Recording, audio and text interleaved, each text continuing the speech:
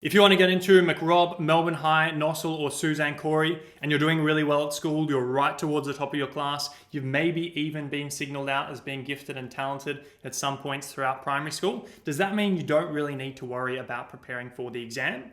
Or should you still prepare for the exam like most students do? Now, the key thing is, if you're doing well in school already, this is a good sign that you have the skills required to do well at a selective high school. In terms of the exam itself, it is really quite different to what you would be doing at school. Just take maths, for example.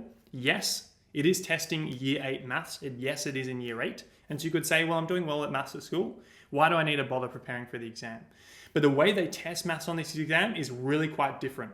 The questions are very abstract. They require a lot of thinking. And the number one way most students go wrong in the maths section of the exam is not because they don't know how to do the concept. It's because they see the question and they have no idea what it's assessing. They have no idea whether it's assessing geometry, probability, algebra. They don't actually know the steps to take to solve it because the questions are really quite different and they're designed to test your thinking.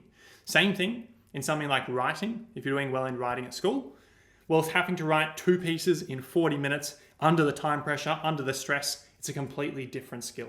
And so if you're doing well in school already, I'd say that's a really good sign. It means you're pretty well suited to a selective school. You should definitely apply for one of them, but you still want to become familiar with the exam. You want to make sure you familiarize yourself with the exam. You'll probably be able to pick things up pretty quickly, but you will want to make sure you know all the different types of questions that come up, how to tackle them, and how the exam is different to what you're doing at school to maximize your chances of success.